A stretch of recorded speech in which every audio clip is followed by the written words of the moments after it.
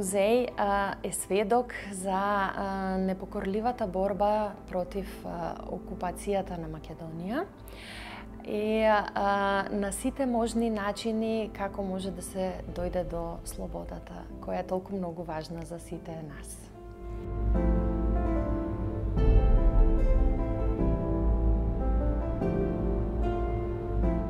Сега се наоѓаме во автентично сочуваниот дел од куќата на Серафим Видовски, односно од румската просторија, каде што всушност се наоѓала и легалната работилница. Во овој дел се изложени дел од алатите на кои што му припаѓале на Серафим Видовски и се автентично сочувани од страна на неговиот син и кои подоцна тој ги дал во владение на музејот на град Скопје.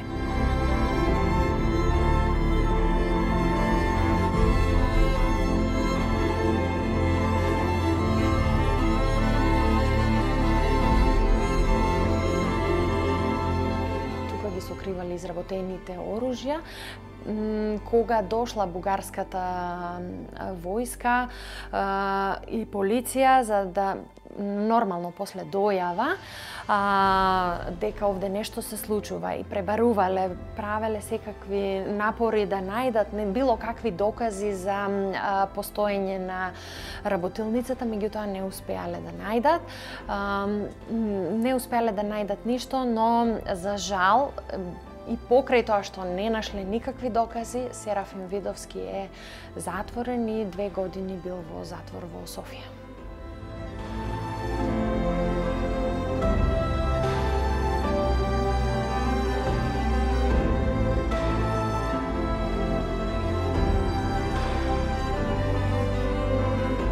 Намерно е направена затоа што се наоѓа во центарот на градот, во срцето на позициите на фашистичките сили од една страна и од друга страна многу е блиску до чаршијата и во тогашно време се изработувало доста од занаетите функционирале во чаршијата, така што било многу незабележително и помалце сомнеш би пробудило кај фашистичките сили, баш поради таа причина што е во срцето на нивните позиции.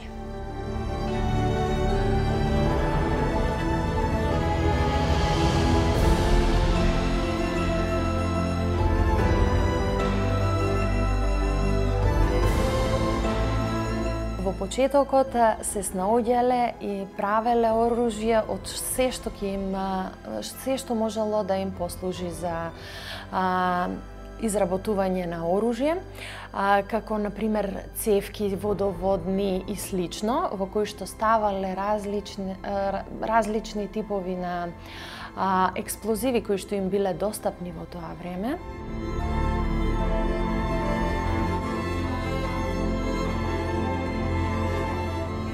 Овој музеј е еден сведок кој што сведочи за ентузијазмот на партизаните. Иако Серафим не бил партизан, меѓутоа бил допринел многу за акциите на партизанските единици, односно диверзантски единици, така се викаат, затоа што изведувале диверзантски акции.